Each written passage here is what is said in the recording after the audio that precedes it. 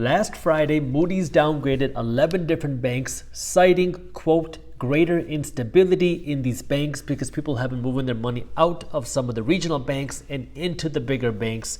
And then earlier today, First Republic Bank released their earnings statement, and they showed that about $100 billion worth of deposits were moved out of their banks into different banks in March of 2023, and that caused the stock of First Republic to fall by about 50%. And then we also got some interesting housing market data today. So let me start by talking about what's going on with First Republic. Then I want to talk about Moody's, and then I'm going to talk about what's going on in the housing market.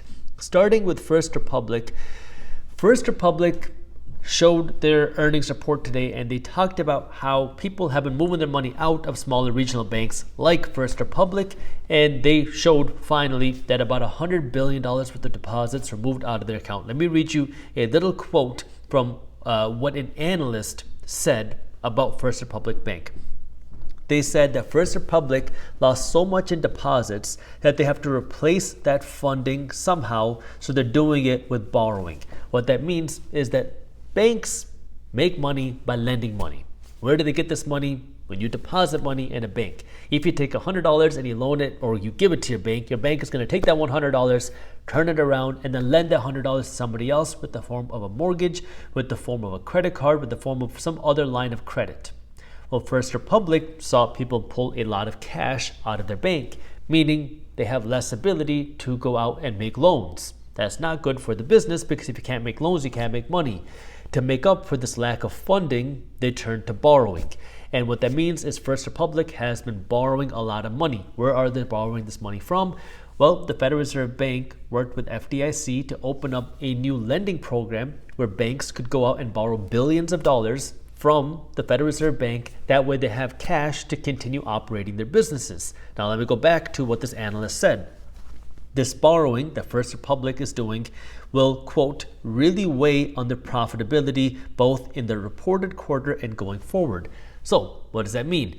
You have these banks like First Republic who don't have the funding to continue doing their lending. So in order to keep funding their business operations, their lending, they have to go out and borrow money from the Federal Reserve Bank. The problem is there's a cost to this borrowing money, and that cost is interest. So now First Republic is going to have to pay higher fees in order to continue running their operations, which is going to cut into the profitability now and later.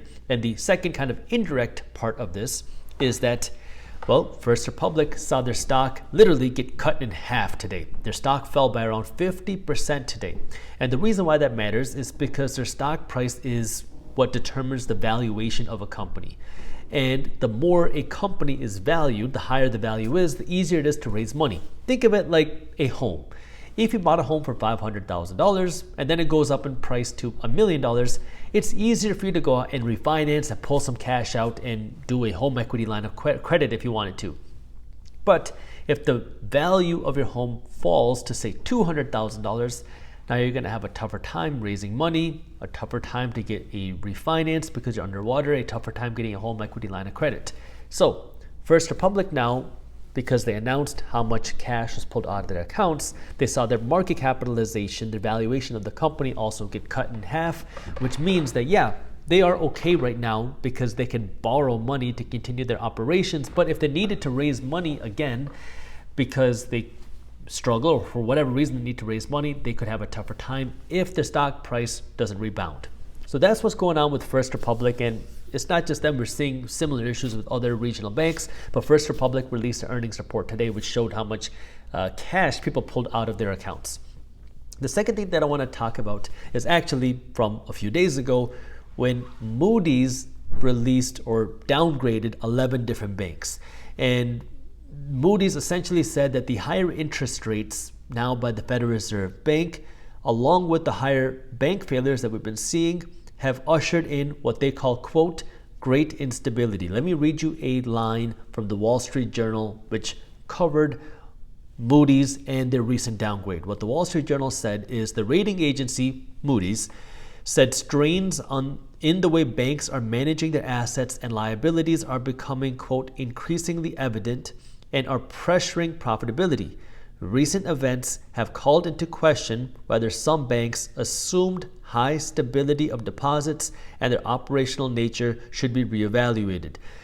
So, what Moody's is saying is that they have more concerns about a lot of regional banks because of, one, the higher costs, the higher interest rates, two, people pulling their money out of their accounts into other accounts, and three, the ability of these banks to continue operating the way that they have been doing before. And because of that, they downgraded 11 different banks, which hurt the stock price of these 11 different banks. Now, the reason why, again, this matters is because if the stock price of these banks go down, and these banks have to go out and raise money, not from going to the Federal Reserve Bank, because the Fed will loan money much easier than if they went to a private entity.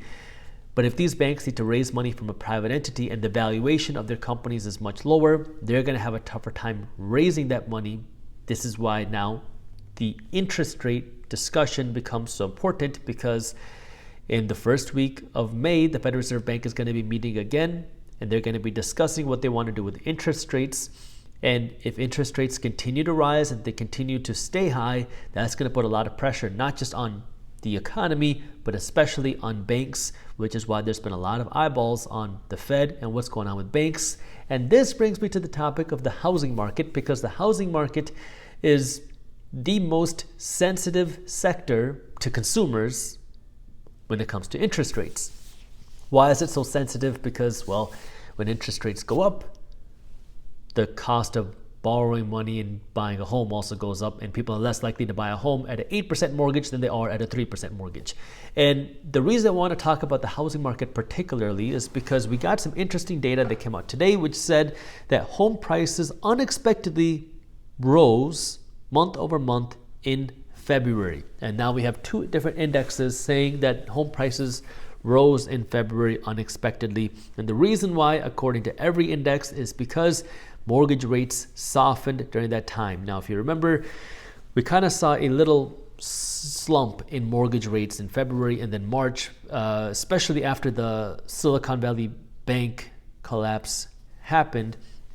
And that little pullback in mortgage rates created more demand because people wanted to take advantage of the lower mortgage rates. People went out and started buying homes again very quickly. And when they started buying homes again, well, that pushed home prices up unexpectedly. And the reason why that's important is because housing costs, while they're not directly shown on the inflation numbers, they are indirectly shown on the inflation numbers, and housing is indirectly making up about a third of the CPI numbers, inflation numbers. And the reason why that matters is because now, when the Federal Reserve Bank is going to be meeting to discuss what they want to do with interest rates in May, and then in June, and again in July, they are going to be looking at inflation. And if lower mortgage rates mean more people are buying homes, which means home prices are rising, that could put upward pressure on inflation. And if we have upward pressure on inflation, that could force the Fed to continue raising interest rates for longer than expected, and it could force the Fed to continue being aggressive on interest rates, which then have a downward effect on things like banks. It has a downward effect on things like businesses.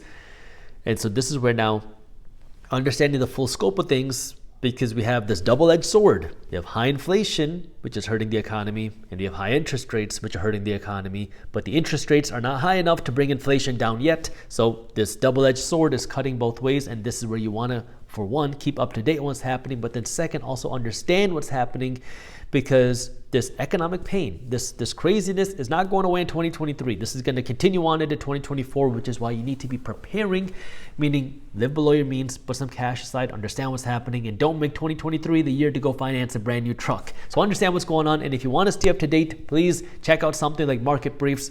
If you don't like Market Briefs, find a different resource, but I like Market Briefs because I created it, and also because my goal is to create an unbiased way for you to stay up to date on what's happening in the top financial news. It's a free newsletter where my team is breaking down what's happening in the top finance and business news. That way you can stay up to date on things like the housing market, the economy, the Fed, the stock market, the global economy, and our own economy into a fun, witty, and easy to read email. You can read it in less than 5 minutes every morning. And because it's one email, you can avoid all the sensationalism. and get all the actual data and the news. That way you can stay up to date on what's happening and actually understand what's happening with a super easy to read email. So if you haven't joined Market Briefs yet, I got the link to how you can join for free down in the description below.